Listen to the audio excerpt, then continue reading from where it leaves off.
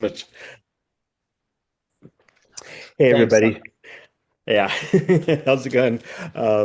Welcome to another edition of On Tyranny with Kurt Orzek here.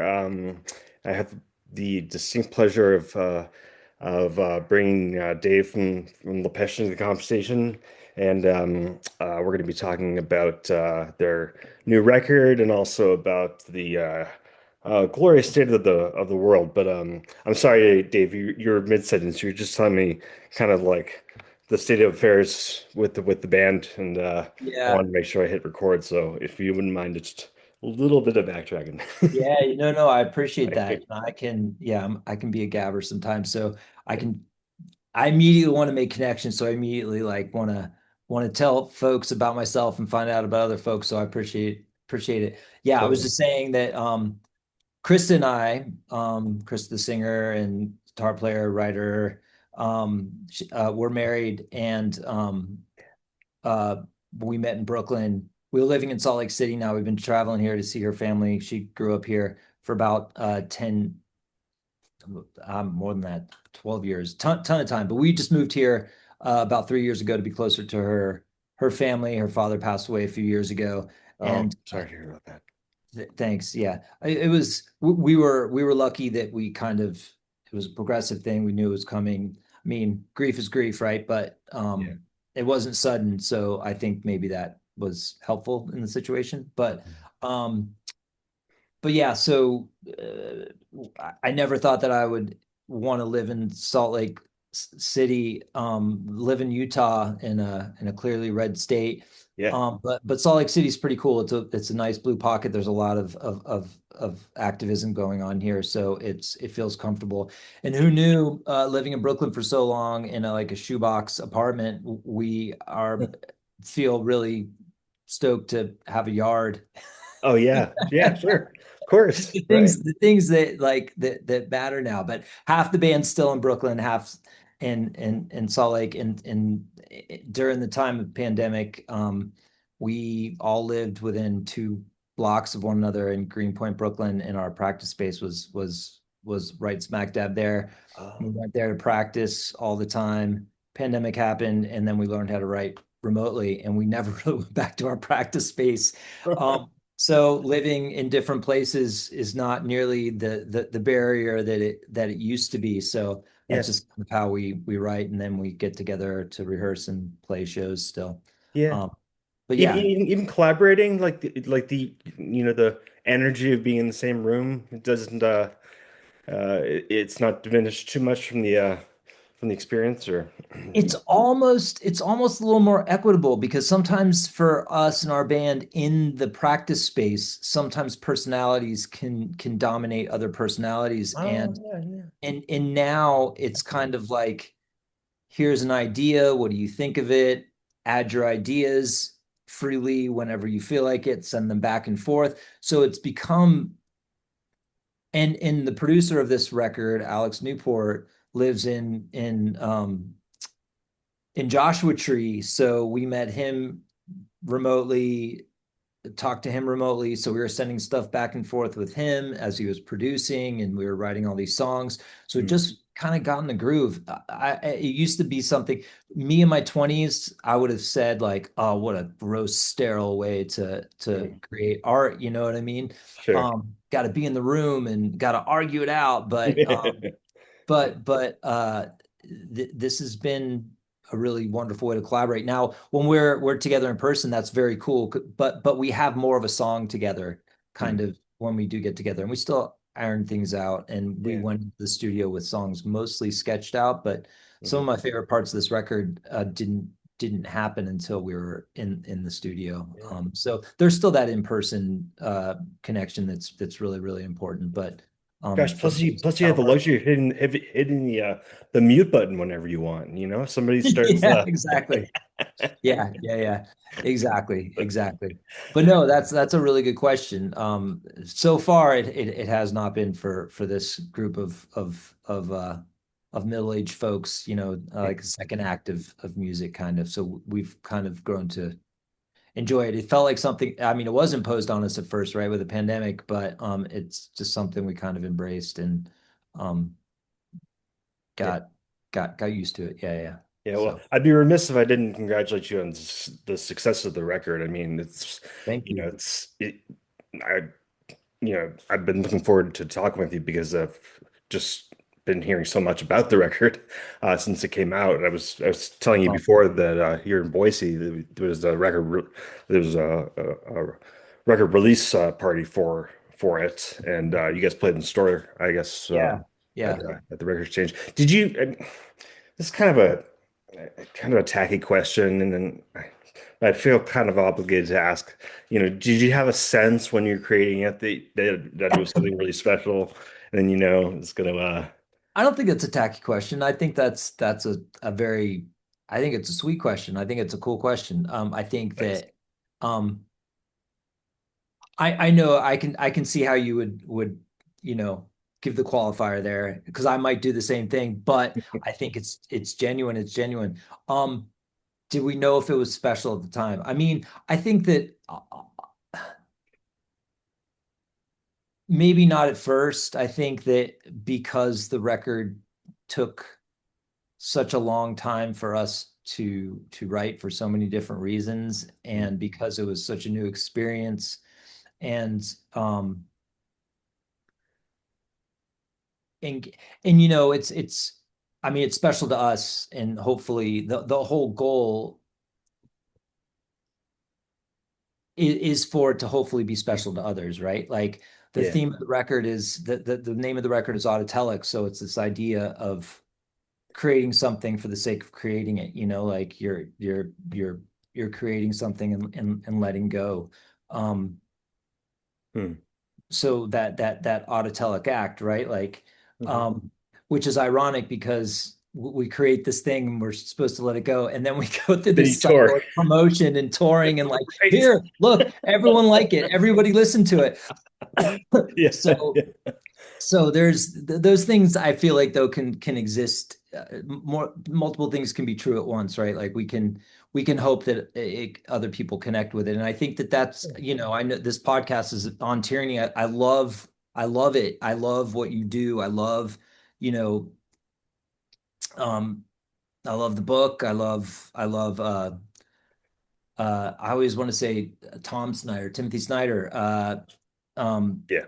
and I feel like the idea behind this record, although there's lots of personal, social, emotional things happening, it's like connection is political for us, and I think that Yeah. um, it became special in the way that it was created with Alex Newport living there for a month in Joshua Tree. It was just like just a magical place, and turning over so much trust. This is the first time we've worked with producers before, but it wasn't really a producer. Like Jay Robbins was our engineer for a bunch of our records, and working with him was wonderful. And Oh, wow.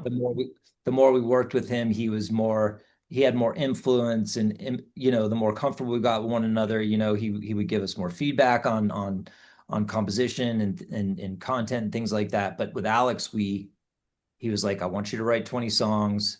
We're going to whittle it down to 10, Oh, and wow. that's be the record. He Huh. gave us feedback on songs. Like, and Punk Dave in his 20s would have been like, fuck that. That is not cool, man. Right. Right. But it was the most, when we started to get to know him, started to trust him, and the feedback he was giving us, it was just like a fifth member of the band. Yeah. And it was the most harmonious we've ever been in the studio. Like, because it was just like, well, we'll let Alex decide. We'll Yeah. let Alex decide. You That's know, so cool. I don't think I'm answering your question. So, No, this is uh, fascinating. but Yeah. so yeah, just shut me up at any time and interject, ask, redirect me, please. Oh no. Well, for one thing, I was curious if you recorded at Rancho de la Luna, which is another. There's a series of studios up there, right? Mhm, In mhm. Joshua Tree. It was Tiny Creatures, which is Alex's studio. Okay. But Yeah. we visited Rancho de la Luna. Yeah. It was it's a magical place, very cool. It's funny, Courtney Barnett was recording there, Oh, and I no was like, kidding. oh, there's that left. That's a I'm lefty, so I was like, oh, someone with the left, someone left-handed is recording here, and I was like, oh wait, oh, and then they all came in, like Courtney and like who she was recording with. I was like, oh, okay, it's that lefty. I'm kidding. That's so That funny. was that was really cool to just pass by and say hello and Yeah. we love you, you know. Um, Yeah. but yeah, Alex built a studio out there and it's really wonderful. But yeah, we got to be tourists and go over to the other studio and check it out and Yeah. meet That's so everyone there. cool. That's cool. I'm actually gonna have the um luxury of interviewing Jay Robbins in a few weeks. I'm really looking forward to it. He's the man, and uh, He's uh incredible. Yeah, yeah, yeah, yeah. yeah, I like such fans of him. We felt bad not recording with him again. We just wanted a different experience, do something different. We met Alex and it totally, just seemed like something cool. yeah, But Jay is one of our favorite human beings. Like he is such a talent. He's such a huge influence on young me and Drew, our guitar player. Like Drew plays guitar, the way he does. yeah, Jay Robbins is a huge reason why he plays guitar the way he does. yeah, So totally. it was like recording with your hero, one of your heroes was intimidating at first for sure, but he's like such a sweet human. He's wonderful. Yeah. When I was in college, a couple a couple buddies and me, we drove from Iowa to Chicago to see a Jawbox show. It was a three and a Oh, half hour drive, and we got to the venue. It was actually Champaign. It wasn't in Chicago. And sure enough, it was a 19 plus show when we were all 18 and we didn't have fake IDs, and so we 19 couldn't get plus. in. That's so weird. I And didn't he know. and Jay Robbins came out of the loading area, and he gave us gas money to get home. It's Classic Jay. It's amazing. Yep, just sweetest, absolutely. sweetest That's guy. awesome. But going back to what you were saying before with Alex, recording with Alex, what a sign of maturity that a band that has been around, can take direction. I mean, that shows, like, I think that you're willing to uh progress your art further, Mhm. and not be so controlling or maybe precious, one of the two about it, and to have somebody else get involved and kind of give you sort of a fresh direction. It must have felt really cool to like rediscover yourselves. Felt mature. Yeah, Like again, this whole idea of the Autotelic act, it's doing, letting go, seeing what the next action is. And that's kind of what it was. It really was trying to yeah, um, we think that acceptance is indifference, but it's more like acknowledging where you're at and trying to determine what the next best action is for you and others from a place of presence rather than a place of pure reactivity. I feel like you do less harm to yourself and others when you can do that. So yeah, that was kind of the theme behind it, and it felt really good to let go. It felt very, very freeing, and it felt like we could be much more creative, and it felt like Alex was provided a safe space for us to be creative. And like the feedback became like just this, like it was just it was like caring. It wasn't like this. The feedback doesn't have to be negative. It's just he got to know us as people. He knew what we were going for, and we decided together the direction, and then he helped to get us there. yeah, you know so, and it turned out to be, when you're saying special, like I for me, like I hope this is a we think about we still think about it as an album. That we live in a world of singles and play mixes, playlists, and the one off. And I mean, it's just like this preamble, this like 6 months of single releases, and then when you drive the album off the lot, it's forgotten. And we thought of this record as a whole, 10 songs, start to finish, how they expand and contract across the record. we thought of songs 1 through 5 as side A, 6 through 10 side B. Very cool. What's the perfect starting and ending of side A? What's the perfect starting and ending of side B? And it should be a story. It should be from start to finish. Yeah. And Alex helped us to do that. He helped us with order, with all of these things. So Super cool. um, hopefully it's Yeah. evident to the listener, and hopefully it's not a record where you skip through songs, that you're ready for the next one. And yeah, hopefully the expansion and contraction is feels purposeful and feels real. Yeah, and every story has a conclusion, and that's part of the letting go as well. I would imagine, and yeah, Hopefully, I'm also yeah. hearing echoes. I know you guys are pretty open about sobriety, right? Mhm. You talk about that. Yep. And that's part of my story too. Awesome. So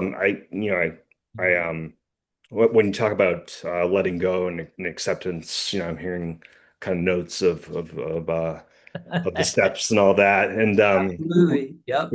which kind of actually provides a segue into the thrust of the on tyranny part of the Mhm. conversation here, which is how are you coping with the fact that well, it's a couple different big questions I wanted to ask you about this, but like, I mean, there's ways to cope with the fact that you're not in control of the world, and you have to just kind of know what is in your control, and the wisdom to know the difference and all that.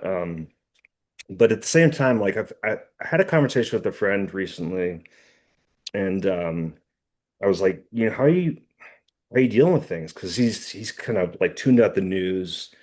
He's really just kind of like trying to live his life with everything that's going on.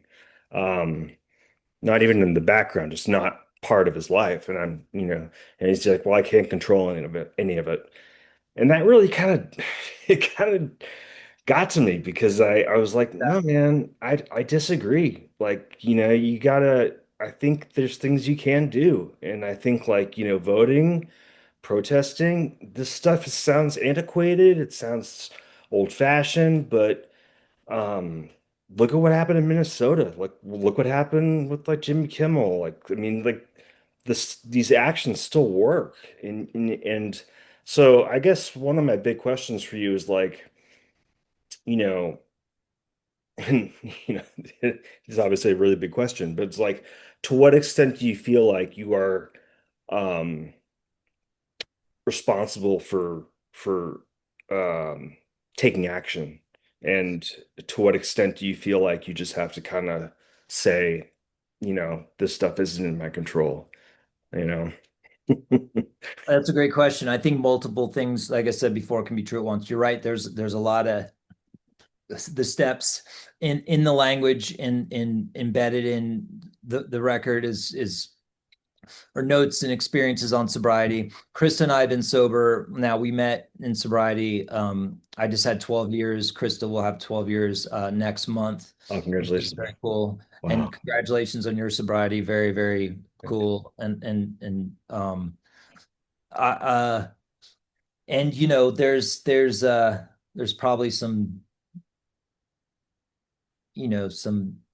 I don't know, without getting into like mall spirituality, there's some Buddhist I see so much parallel in Buddhism, and I feel like Bill Wilson was a Buddhist and he Yeah. didn't even know it. But uh, so acceptance and surrender does not mean indifference or inaction, Hmm. right? It's acknowledgement. And again, just like Yeah. I said before, I feel like we have a responsibility to take action.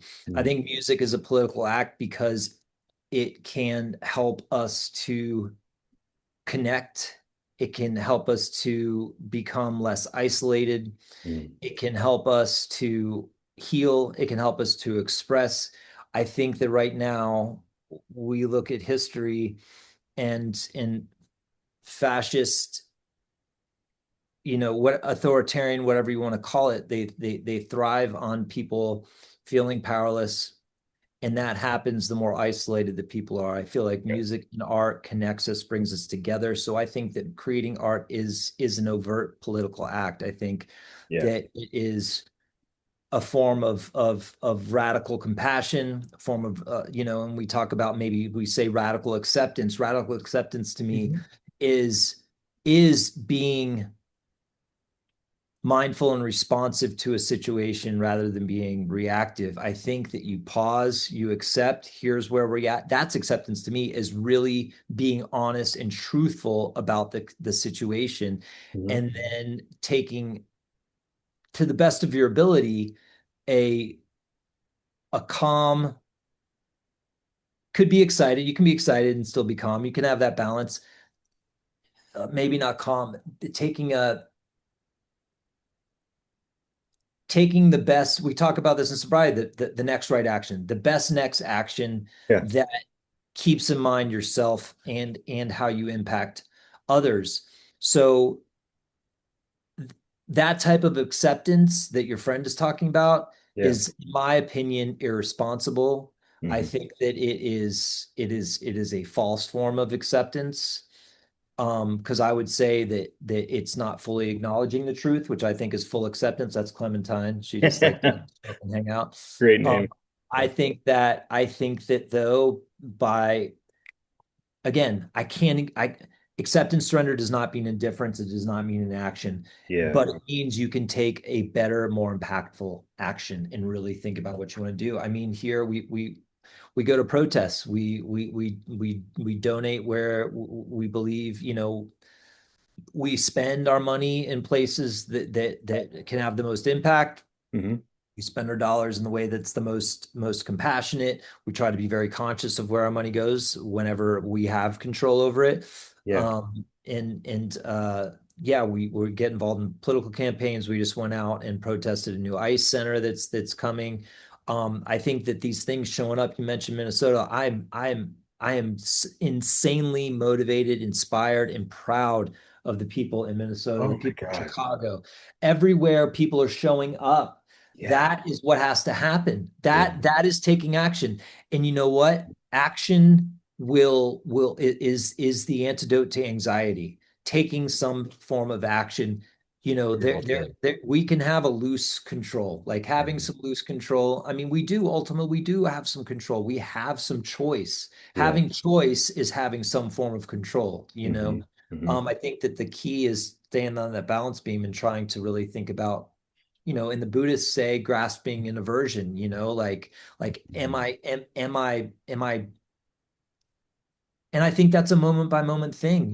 We say one day at a time in sobriety. It can be an hour by hour thing. It can be a moment by moment thing. And I think that Right. that that being as aware as possible, you know, um, all my punk rock heroes talked about awareness, and I think that's one of the most political things you can be, is to fucking awaken, to be woke as fuck.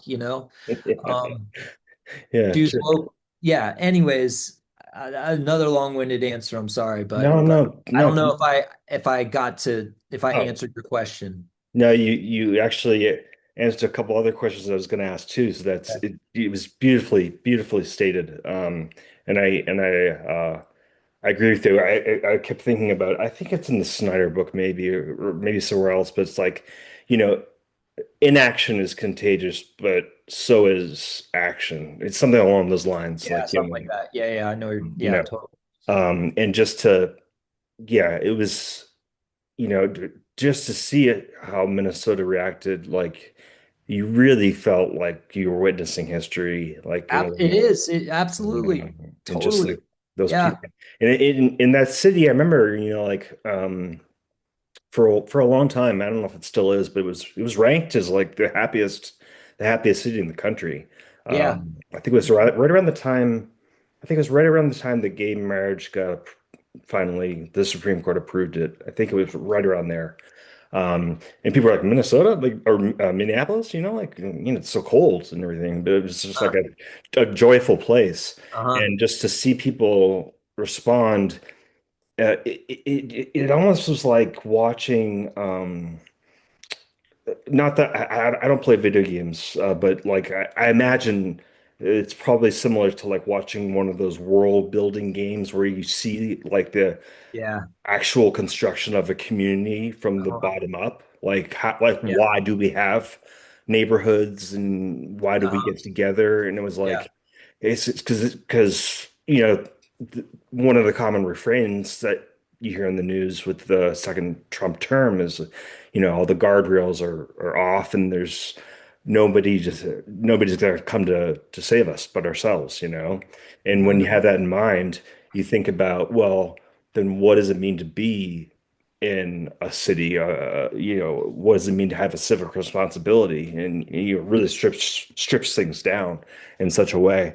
Um, so I want to ask you next, just what you're talking about there at the very end.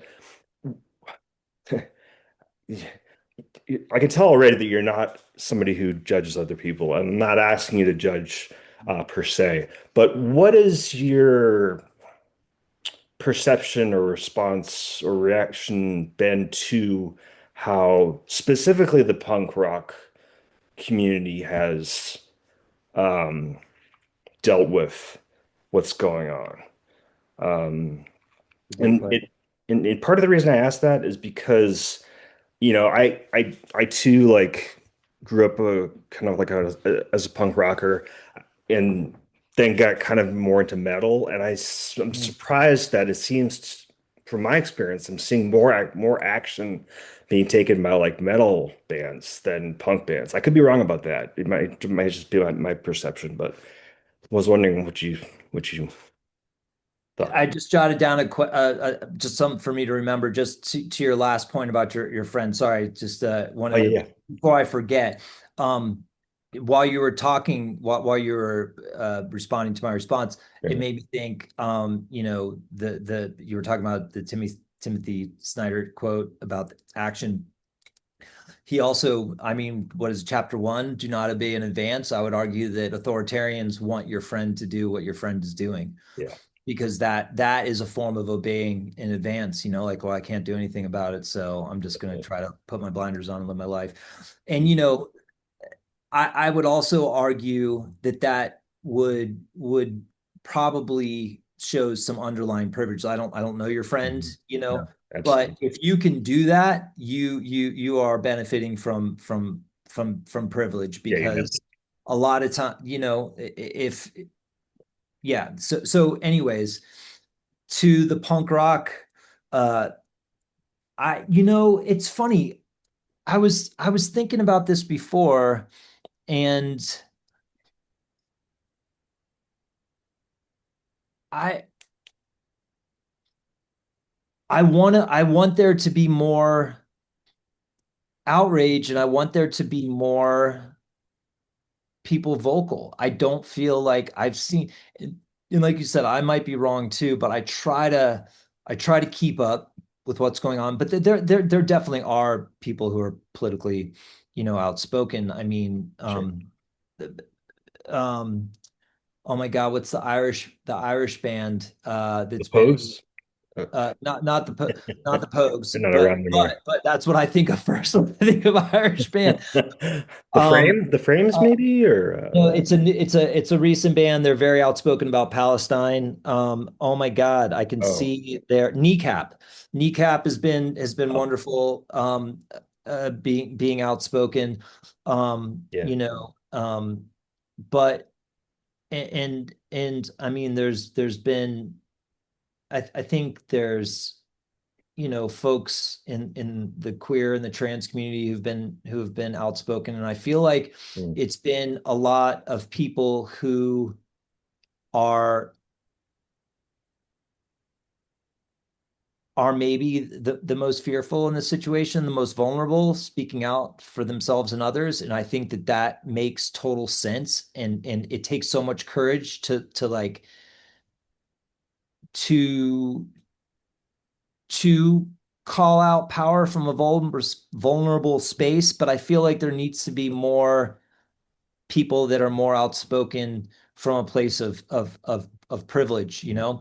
Mm. I will say I'm a Dropkick Murphys fan now that I never used to be. So fuck yeah for the white Irish folks, you know what I mean? Like that's amazing. Jay Robbins has been super outspoken and it's fucking is amazing, has never, quieted down about things, which is awesome. I wish he had a bigger uh you know microphone or a bigger megaphone now. Yeah. Although, you talked about Jawbox. I was going to ask you what tour that was on. That was another thing I wrote, but I was like, ask Kurt about Jawbox. But we got to tour with them on some of the reunion tours, and it was amazing. And they were outspoken. Kim Coletta, Huh? like they were outspoken. So I know that as soon as we get off this call, I'm going to remember like a zillion bands who have been outspoken, Yeah. but it feels, and I may be wrong, but it feels like, you know, the punks are some of the independent news networks that are coming through now, like Mediasan, Mhm. He's great. Zateo. I always feel like I'm mispronouncing that. Zateo Mhm. News, he's That's it. absolutely incredible. So yeah, I want a big shout out to just the queer and trans community, Yeah. Yeah. and like it's incredibly inspiring and makes me, with my straight white male privilege, to be doing more. Yeah.